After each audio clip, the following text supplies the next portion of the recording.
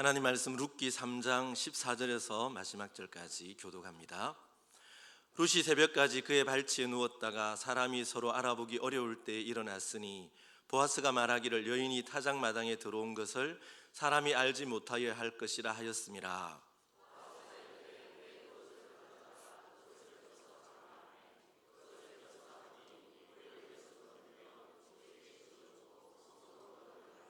룻이 시어머니에게 가니 그가 이르되 내 딸아 어떻게 되었느냐 하니 룻이 그 사람이 자기에게 행한 것을 다 알리고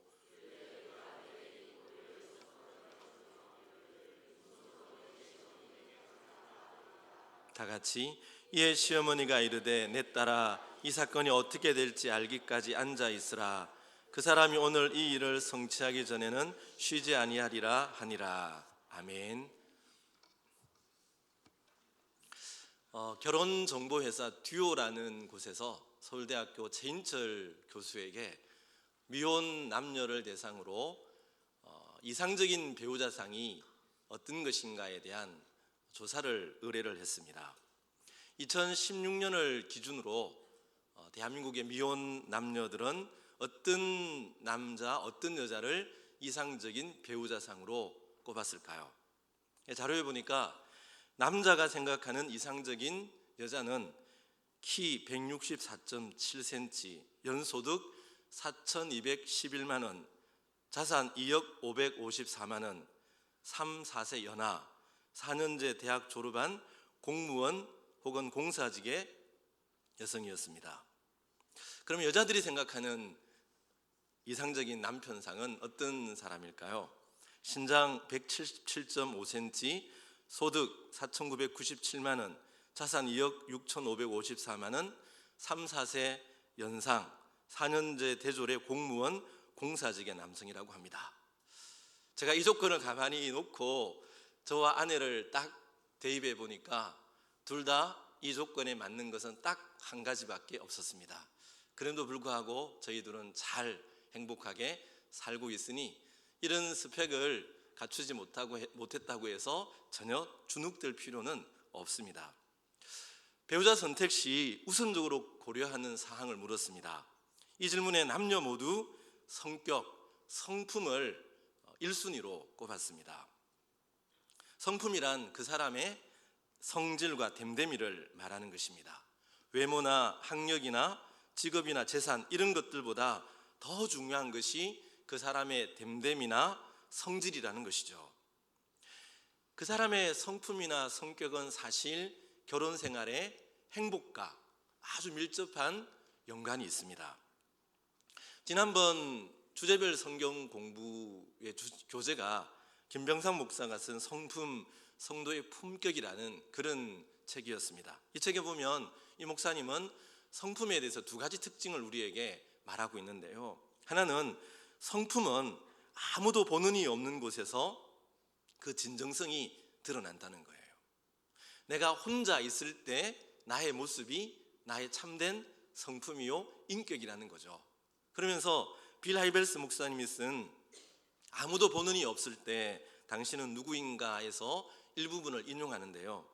인격이란 아무도 보는 사람이 없을 때 우리가 하는 행동이다. 인격은 다른 사람들이 우리에 대해 생각하는 바 곧 평판과는 다르다. 인격은 성공이나 성취와도 다르다. 인격은 우리가 무엇을 했는가가 아니라 우리가 어떤 사람인가 하는 것이다. 그러므로 아무도 없는 그때 나 혼자 있을 때 드러나는 우리의 성품, 인격이 나의 참된 성품과 인격이라는 거죠. 두 번째는 성품이란 삶의 위기 가운데서 명확하게 그 본성이 드러난다는 것입니다. 위기의 상황이 되면 자신도 모르게 본래의 성품이 나오게 되죠. 그러면서 이 목사님은 옛날에 개그 콘서트에 보면 경상도 남자들 3명이 나와서 이제 갓 상경한 이 경상도 남자들이 서울말을 하면서 웃겼던 그런 개콘 프로그램이 있었습니다. 그래서 이분들이 하는 얘기는 서울말은 이제 끝말만 올리면 서울말이 된다고 생각하는 거예요. 예를 들면 서울말은 끝말만 올리면 되는 거 모르니 이런 식으로 한다는 거죠. 그런데 이런 식으로 끝말을 올리다가 어색한 서울말을 하다가 이제 결정적인 상황, 정말 화가 나는 순간이 되면 이제 경상도 사투리가 그대로 드러나는 거예요. 뭐 예를 들면 그 양상국이라는 친구가 아이고 이기마 확 궁지를 주차빌까 이런 식으로 말이 된다는 거죠. 제 단점이 경상도 사람이면서 경상도 사투리를 잘 구사하지 못한다는 것인데요. 이렇듯 이 성품이란 위기의 상황에서 결정적으로 드러나게 된다는 거죠. 보는 사람이 아무도 없을 때, 삶의 위기가 드러났을 때 나의 모습이 나의 인격이고 나의 성품이라는 거예요. 그렇다면 여러분들은 혼자 있을 때 어떤 사람입니까? 분노가 일어날 때 여러분들의 입에서는 어떤 말이 튀어나옵니까? 인생의 위기를 당하는 순간 어떤 생각을 하고 어떻게 행동합니까? 혼자 있을 때, 삶의 위기가 드러났을 때 그 순간에 여러분들은 그리스도의 품격을 드러내는 그런 성품의 사람으로 살아가고 있습니까? 오늘 본문에 나오는 보아스는 이런 점에서 성도의 품격의 아름다움을 잘 보여주는 성품의 사람이라 할 수 있습니다. 룻이 보아스에게 청혼을 하고 보아스는 그 청혼에 승낙을 합니다. 이제 두 사람이 결혼을 하고 해피엔딩으로 끝나는 일만 남은 것 같습니다. 그런데 여기에 예기치 않은 걸림돌이 등장을 하는데요. 12절에 보면 참으로 나는 기업을 물을 자이나 기업 물을 자로서 나보다 더 가까운 사람이 있으니, 보아스는 자신이 고엘 기업 물을 자임이 분명하다고 말합니다. 그리고 기꺼이 그 책임을 감수할 의지도 있습니다. 그런데 보아스보다 더 가까운 친족 1순위의 고엘이 있다는 거죠.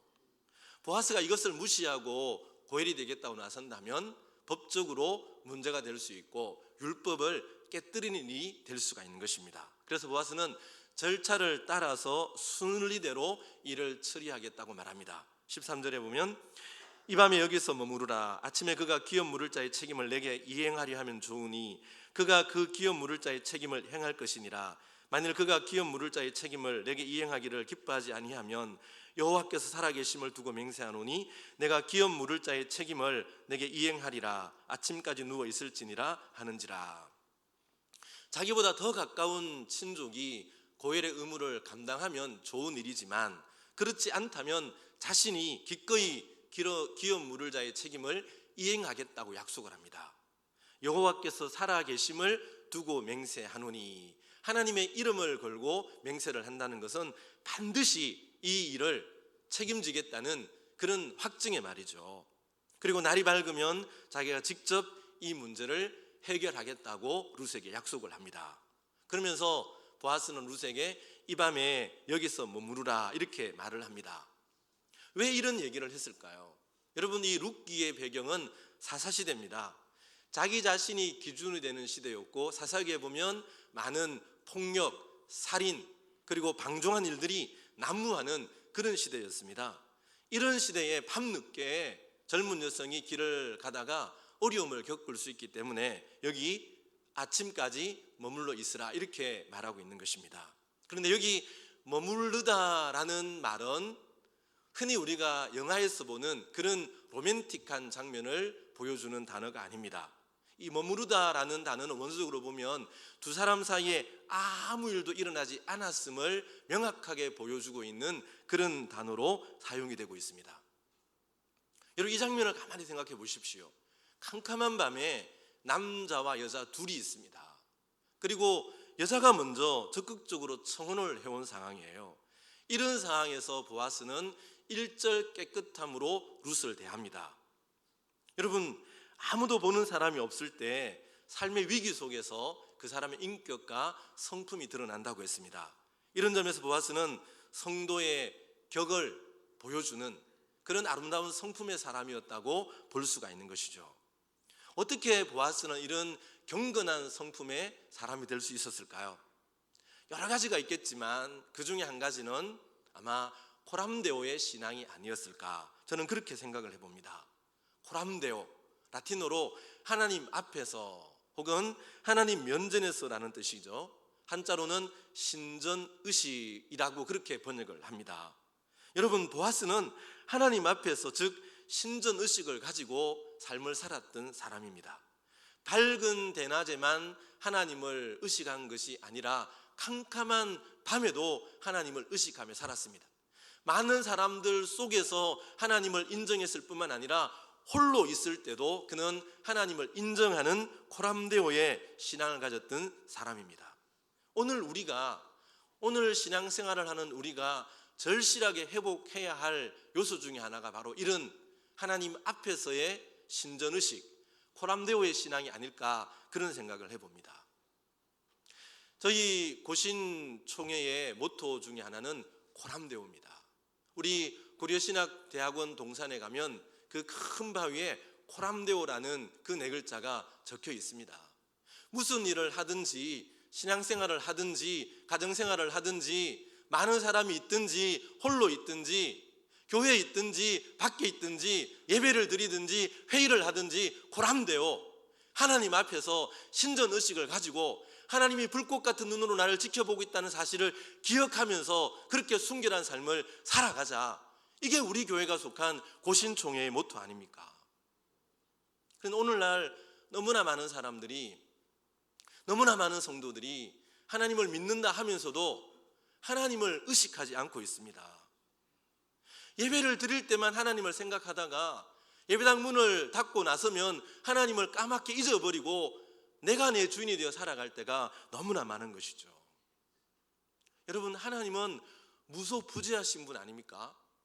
어디나 항상 계신 분이 우리 하나님이잖아요.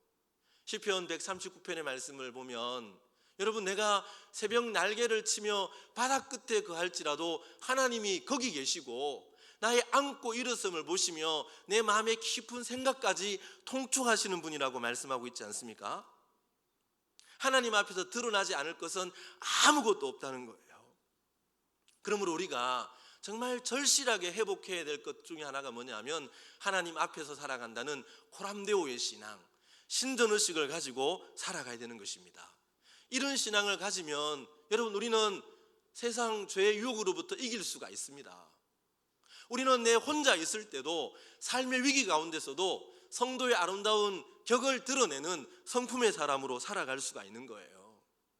여러분, 불꽃 같은 눈으로 내 삶을 감찰하시는 그 하나님의 눈을 의식하며 살아가는 코람데오의 신앙, 정말 우리 고신에 속한 성도들만이라도 코람데오의 신앙을 회복해야 하는 것 아닙니까? 예배를 드릴 때도 지금 하나님께서 불꽃 같은 눈으로 이 자리에 임재하시고 나의 중심을 살펴보고 있다. 그 사실을 기억한다. 우리가 어떻게 엉뚱한 생각을 하고 허탄한 마음을 가질 수가 있겠습니까? 내가 공부하는 그 자리에도 하나님이 불꽃 같은 눈으로 나를 지켜보고 있다. 내가 거래를 하고 장사를 하고 음식을 만드는 그 삶의 상황 속에서도 하나님이 함께 하시고 불꽃 같은 눈으로 나를 바라보고 있다는 사실을 기억한다면 우리는 경건한 성품의 사람으로 성도의 격을 드러내는 아름다운 신앙 인격자로 살아갈 수밖에 없는 거예요. 사랑하는 여러분, 정말 우리가 그리스도인으로서 보아스와 같이 성도의 아름다운 성품의 격을 드러내는 그런 멋진 그리스도인으로 세워질 수 있기를 주님의 이름으로 축복합니다. 자, 여러분, 이렇게 14절 말씀해 보면 룻이 새벽까지 보아스의 발치에 누워 있다가 사람들이 서로를 알아볼 수 없는 새벽 미명에 일어났다고 했습니다. 그리고 보아스는 룻에게 그 겉옷을 펼치게 해서 보리를 6번 대어 그에게 지워주고 성으로 들어갔다, 이렇게 말씀하고 있습니다. 보리 6번을 대어 주었다고 하는데 이 분량이 어느 정도일까요?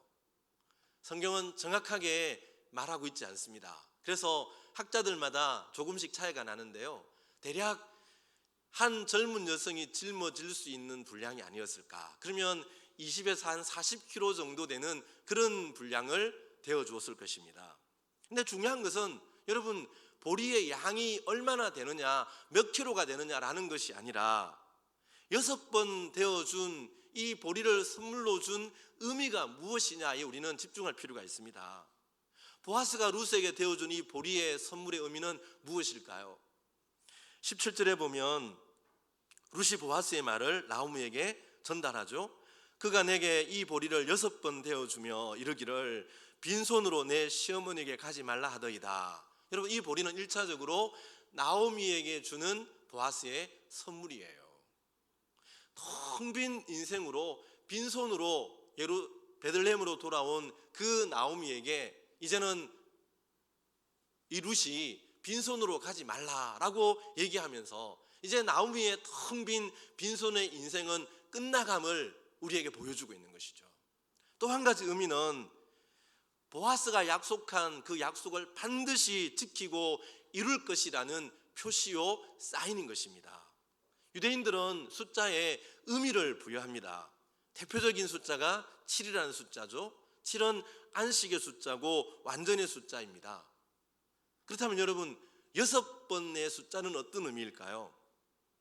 부정적으로 해석을 하면 부족함이 됩니다. 계시록에 나오는 666, 사단의 표죠, 사람의 표예요. 이것은 부족하고 또 뭔가 모자란다는 이런 의미를 가지고 있는 겁니다. 그런데 이 6이라는 숫자를 긍정적으로 해석을 하면 여러분, 6은 7이라는 완전함, 7이라는 안식으로 나아가는 마지막 단계까지 와 있다는 의미를 가지고 있는 것입니다. 이제 곧 안식에 도달할 것이라는 이런 의미를 가지고 있는 거예요. 지금 안식에 도달한 것은 아니에요. 지금 완전히 이루어진 것은 아니지만 바로 안식과 완전히 이루어지기 직전 마지막 단계까지 와 있다는 이런 의미를 이 6번이라는 숫자가 포함하고 있는 것입니다. 이런 점에서 이 6번을 긍정적으로 해석을 하면 보아스가 되어준 6번의 보리는 바로 나오미의 가정에 기대와 소망과 위로의 숫자로 이해할 수가 있는 것이죠.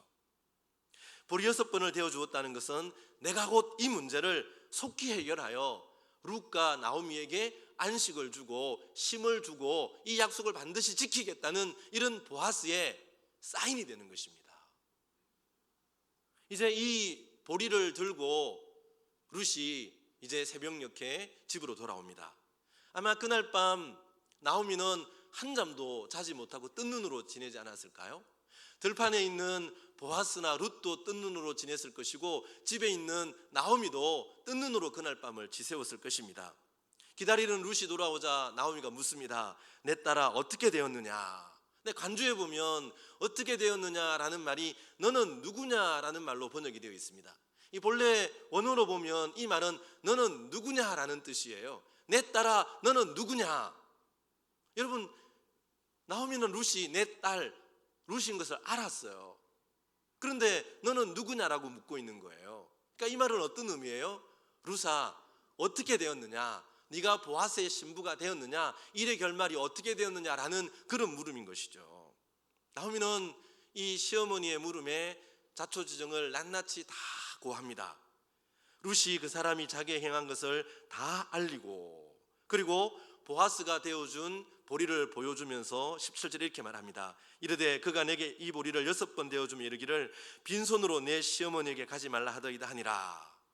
그리고 이 1장 21절에 나오미가 고백했던 빈손으로 베들레헴에 돌아왔다는 그 빈손이라는 단어가 오늘 본문에 그대로 사용되고 있습니다. 무슨 의미겠습니까? 이제 텅 빈 빈손의 인생이 끝나가고 있음을 보여주는 단어입니다. 여러분, 나오미는 베들레헴으로 돌아올 때 텅 빈 빈손의 인생이었어요. 두 가지 관점에서. 하나는 먹을 양식이 없다는 점에서, 두 번째는 기업을 이어갈 후손이 없다는 점에서 나오미는 텅 빈 빈손의 인생이었던 거죠. 그런데 보아스를 통해서 양식의 문제가 해결이 됩니다. 그리고 이제 끊어졌던 기업의 문제가 해결되는 확실성이 주어지고 있는 거예요. 여러분, 지금 이 순간 룻이 누군가와 결혼을 한다는 것은 너무나 분명한 확실성을 가지고 있잖아요. 문제는 보아스와 결혼하느냐 아니면 더 가까운 친척과 결혼하느냐 하는 문제만 남아있을 뿐이지 이제 룻은 기름 물을 자와 혼인을 하여 후사를 낳게 된다는 것이 이 가정에 약속이 주어지고 있는 거예요.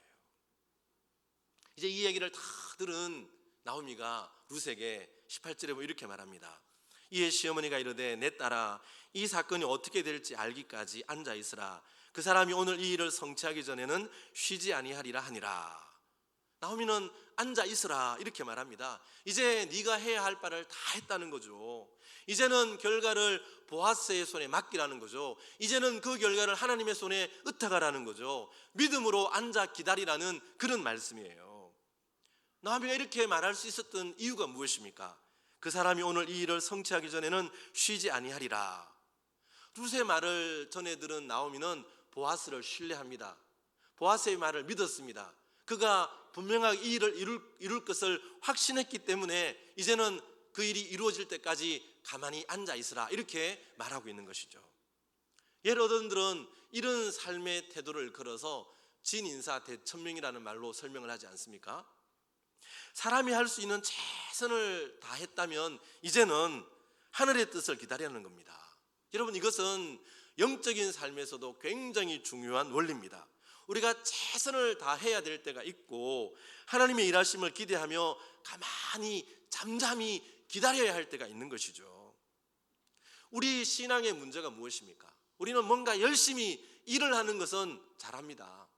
뭔가 하나님을 위해 땀 흘리고 봉사하고 이런 일들은 열심히 합니다. 그런데 그 후에 하나님의 일하심을 기다리며 잠잠히 인내하는 인내력이 부족하다는 거예요. 여러분, 사실 우리가 믿음 생활하면서 정말 하나님을 위해 봉사하는 것은 쉽게 할 수 있지만 그 하나님의 뜻을 잠잠히 기다리는 것은 참 어렵고 고통스러울 때가 많습니다. 특별히 우리나라 사람들은 그 기질상 너무 빨리빨리 익숙하기 때문에 인내하고 기다리는 일을 잘하지를 못해요. 누군가 그런 얘기를 하더라고요. 우리 대한민국 국민들의 인내력의 한계는 몇 분일까요? 3분이라고 합니다. 그 과학적인 근거가 있는데요. 여러분들이 컵라면에 뜨거운 물을 부어서 3분을 기다려야 되는데 대부분의 사람들은 3분이 되기 전에 뚜껑을 열어보고 젓가락으로 찔러보고 먹어보기도 하고 3분을 기다리지 못한다는 거예요. 그래서 대한민국의 인내력의 한계는 3분이다. 굉장히 근거가 있는 설명 아닙니까? 그런데 얼마 전에 이 3분이 3초로 바뀌었다는 통계가 있습니다. 여기에도 근거가 있는데요. 자동차를 운전하다가 신호대기를 받습니다. 파란불로 바뀌었습니다. 그러면 뒷차가 몇 초까지 기다릴 수 있는가를 조사해 보았더니 대부분의 운전자들은 3초를 넘기지 못하고 그냥 빵빵거리면서 앞차를 재촉하더라는 거죠. 그래서 대한민국 국민들의 인내력은 3분에서 3초로 내려왔다. 누군가 그렇게 이야기를 하더라고요. 여러분, 물론 이것은 우스운 얘기지만 참 우리는 이렇게 인내하고 기다리는 일을 잘하지 못합니다. 빨리빨리 열심히 하나님의 일을 하는 데는 익숙하지만 기다리고 인내하며 하나님의 때를 바라보는 그 일에는 우리가 참 힘들고 부족하다는 거예요. 여러분, 우리가 신앙생활을 하다 보면 열심히 일하고 봉사할 때도 있지만 이제는 하나님의 때를 기다리면서 잠잠히 인내해야 할 때도 있는 거예요. 하나님의 일하심을 바라보면서 그 하나님이 성취하실 때를 바라보면서 기도 가운데 기다리는 인내, 그 인내를 온전히 이루라. 성경 그렇게 말씀하고 있지 않습니까? 그리고 시편 37편 5절 6절에 보면 너의 길을 여호와께 맡기라. 그를 의지하면 그가 이루시고 내 의를 빛같이 나타내시며 내 공의를 정오의 빛같이 하시리로다. 하나님께 맡기고 의지하면 하나님께서 그 일을 성취하시고 이루어 가신다는 거예요. 성경에 보면 이런 장면들이 굉장히 많이 나오지 않습니까? 출애굽기 14장이 대표적인 본문이죠. 출애굽한 이스라엘 백성들이 여러분 이제 광야길을 지나 홍해 앞에 딱 이르렀습니다. 그런데 뒤에는 애국 군대가 그들을 추격해 오고 좌우에는 바위 투성이에 그런 높다란 벽입니다. 앞을 봐도 뒤를 봐도 전후 좌우를 봐도 다 막혀 있는 거예요. 사면초가 동안에 든 직골 아닙니까? 그때 이스라엘 백성이 두려워할 때 모세가 어떻게 합니까? 여러분, 이 상황에서 사람이 할 수 있는 일은 아무것도 없는 거예요. 그때 모세가 이스라엘 백성들이 이렇게 권면을 하죠. 너희는 두려워 말고 가만히 서서 여호와께서 오늘 너희를 위하여 행하시는 구원을 보라. 가만히 서서 여호와께서 너희를 위해 행하시는 구원을 보라. 너희들이 할 수 있는 최선의 일은 하나님의 일하심을, 하나님의 구원을 잠잠히 바라보며 기다리는 것이다. 그렇게 말하고 있는 거예요. 시편 46편 10절 말씀에도 이르시기를 너희는 가만히 있어 내가 하나님 됨을 알지어다. 내가 문나라 중에 사는 높임을 받으리라. 내가 세계 중에서 높임을 받으리라 하시도다. 시편 이 말씀에도 보면 가만히 있으라 그렇게 말씀하고 있죠. 우리가 어떻게 정말 이런 위급한 상황 속에서 가만히 있을 수 있을까요? 어떻게 가만히 서 있을 수 있을까요? 어떻게 가만히 앉아 있을까요? 앉아 있을 수 있을까요? 그것은 지금도 우리를 위해 일하시는 하나님을 신뢰하고 그 하나님을 온전히 의지할 때 우리는 이런 위급한 상황 속에서도 하나님을 바라보며 잠잠히 인내하며 기다릴 수가 있는 것입니다. 예레미야 33장 2절 말씀에 보면 이를 행하시는 여호와 그것을 만들며 성취하시는 여호와 하나님이라고 말씀하고 있어요. 여러분, 하나님은 일을 하시다가 중도에 포기하시는 분이 아닙니다. 때로는 인내하게 하시지만 절대로 포기하시는 분이 아니에요. 그 일을 성취하시고 그 일을 반드시 이루시는 하나님, 그 하나님을 바라보며 신뢰할 때 우리는 성경이 가르치는 교훈의 말씀처럼 잠잠히 서 있을 수 있고 잠잠히 앉아 있을 수가 있는 것이죠. 왜냐하면 우리가 잠잠히 서 있는 그 순간에도 하나님께서는 일하시고 끊임없이 그 일을 이루어 가시고 계시기 때문에 그 일하시는 주님을 바라보면서 잠잠히 기다리고 인내하라는 것이죠. 여러분, 시편 127편 2절 말씀에 보면 이런 말씀이 있는데요. 너희가 일찍이 일어나고 늦게 누우며 수고의 떡을 먹음이 헛되도다. 그러므로 여호와께서 그의 사랑하시는 자에게는 잠을 주시는도다. 참 이 말씀을 오용하는 말씀이죠. 예배 시간에 꼬박꼬박 조시는 분들이 여호와께 사랑하시는 자에게서 잠을 주시는도라고 이 구절을 인용하며 자기의 졸음을 합리화할 때가 참 많아요. 여러분, 이 말씀은 그런 뜻이 아니죠. 너희가 일찍 일어나고 늦게 누우며 수고의 떡을 먹음이 헛되도다. 그러므로 여호와께서 그의 사랑하시는 자에게는 잠을 주시는도다. 이 말씀에는 두 가지 대조되는 인생이 나오고 있어요. 전반부의 말씀은 하나님을 의지하지 않고 자기 스스로 자기 인생의 주인이 되어서 자기가 자기 인생을 책임지고 돌보고 열매까지 획득하려고 하는 자주도적인 인생의 헛됨을 말씀하고 있는 겁니다. 누가복음 12장에 보면 예수님께서 어리석은 부자의 비유를 들려주고 있죠. 이 사람은 아침부터 늦게까지 열심히 일을 합니다. 땀을 뻘뻘 흘리면서 씨를 뿌리고 또 곡식을 메고 열매를 거두어서 엄청나게 많은 열매를 거두게 되죠. 엄청나게 많은 돈을 번 거예요. 이제는 큰 창고를 지어서 곡식을 저장해 놓고 먹고 마시고 즐거워하자 이렇게 자기 스스로 만족하지 않습니까? 이 부자의 인생은 이런 거죠. 모든 일의 성취는 나에게 달려 있어. 나의 재능, 나의 노력에 따라 얼마든지 성공할 수 있고 행복할 수 있어. 이게 이 사람의 인생관이에요. 자신의 가정도, 자신의 사업도, 자신의 인생도, 심지어 자신의 생명까지도 자기 스스로 주관할 수 있다고 생각을 한 거죠. 그런데 하나님께서 그날 밤 어떻게 말씀하십니까? 오늘 밤에 너의 영혼을 도로 찾으리니 그러면 내 준비한 것이 누구의 것이 되겠느냐? 이 시편 127편 전반부에 나오는 말씀, 너희가 일찍이 일어나고 늦게 누우며 수고의 떡을 먹음이 헛되도다. 이 말씀처럼 이런 사람의 인생은 결국은 헛된 것으로 다 사라져 버린다는 그런 의미의 말씀이에요. 이어지는 말씀, 그러므로 여호와께서 그의 사랑하시는 자에게는 잠을 주시는도다. 우리가 잠을 잔다는 것은 여러분 아무것도 할 수 없는 그런 시간이잖아요. 근데 우리가 아무것도 할 수 없는 그런 시간에 내가 모든 것을 내려놓고 잠든 그 시간에도 하나님은 사랑하시는 자에게 일하시고 열매를 맺게 해주신다는 이런 의미의 말씀이에요. 그래서 이 말씀은 이렇게 번역할 수가 있는 말씀인데, 하나님께서는 그 사랑하시는 자에게 그가 잠자는 동안에도 열매를 맺게 하시고 복을 내려주신다. 이 사람의 인생은 이런 거죠. 낮 동안에는 최선을 다해 노력합니다. 열심히 씨를 뿌리고 열매를 거둡니다. 열심히 공부를 합니다. 그러나 내 인생이 내 뜻대로 되는 것이 아니라, 내 인생이 내 계획대로 되는 것이 아니라 하나님의 섭리 안에, 하나님의 손 안에 있음을 믿고 고백합니다. 그래서 잠자는 시간에는 모든 것을 하나님께 맡기고 평안히 단잠을 자는 거예요. 그런 사람에게 하나님께서는 잠을 자는 동안에도 아무것도 하지 않는 그런 시간에도 하나님께서는 열매를 맺게 하시고 복을 내려주신다는 그런 의미의 말씀인 거예요. 신앙인들의 삶의 태도는 바로 이런 삶의 자세가 되어야 함을 이 시편은 우리에게 깨우쳐주고 있는 것입니다. 여러분, 하나님께서는 여러분들을 사랑하세요. 요한복음 13장 1절에 보면 예수님께서 세상에 있는 자기 사람들을 사랑하시되 어떻게 사랑했다고 말씀합니까? 끝까지 사랑하셨다고 말씀하고 있잖아요. 남편의 사랑도 끝까지 아닐 수도 있어요.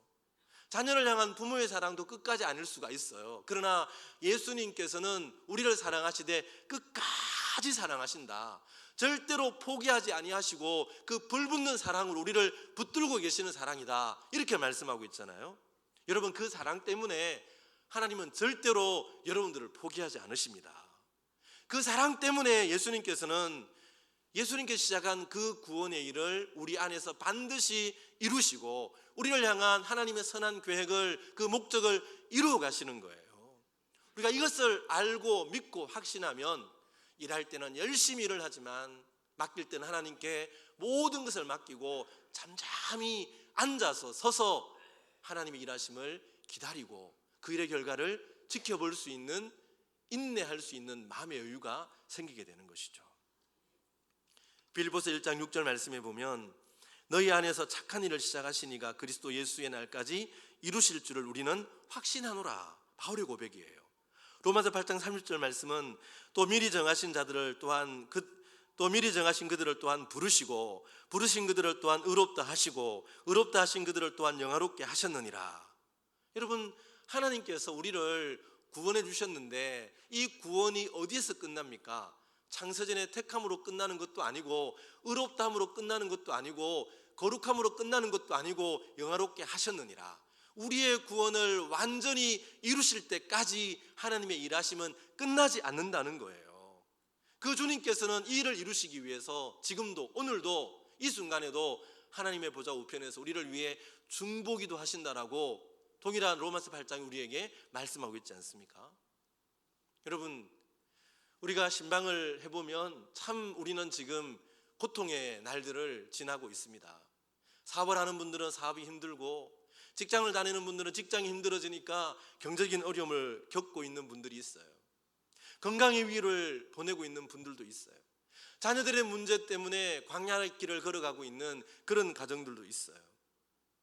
여러분, 지금 고통의 터널을 지나고 있으신 분들, 눈물의 골짜기를 지나고 있는 분들, 오늘 말씀을 기억하시기 바랍니다. 여러분, 우리는 아직 7째 날에 이르지 아니하다 할지라도 우리가 살아가는 날은 6째 날인 것입니다. 그리고 하나님께서는 우리가 7째 날에 완전한 안식을 누리는 그 순간까지 절대로 쉬지 아니하시고 우리를 놓지 아니하시고 매 순간 우리가 볼 수는 없지만 하나님께서는 일하시고 계신다는 거예요. 그가 오늘 이 일을 성취하기 전에는 쉬지 아니하리라. 이 말씀은 보아스에 관한 룻의 확신의 말이지만 오늘 우리는 이 말씀을 우리 주님을 향한 나의 고백, 나의 확신으로 고백할 수 있어야 되는 거예요. 주님께서는 이 일을 성취하기 전에는 결코 쉬지 아니하리라. 이를 성취하시고 그 일을 이루시는 하나님, 우리를 향해 선한 목적을 가지시고 우리를 끝까지 사랑하시는 그 주님이 이 일을 이루어 가신다는 이 사실을 우리는 믿고 신뢰해야 되는 것입니다. 그러면 우리는 여러분, 고통의 골짜기를 지나고 있다 할지라도, 눈물의 골짜기를 지나고 있다 할지라도 우리는 다시 한번 그 주님의 일하심을 바라보면서 일어나 믿음의 길에 다시 들어가야 됩니다. 조금만 더 견디고 인내하면 우리는 주님의 일하심을 보게 될 것입니다.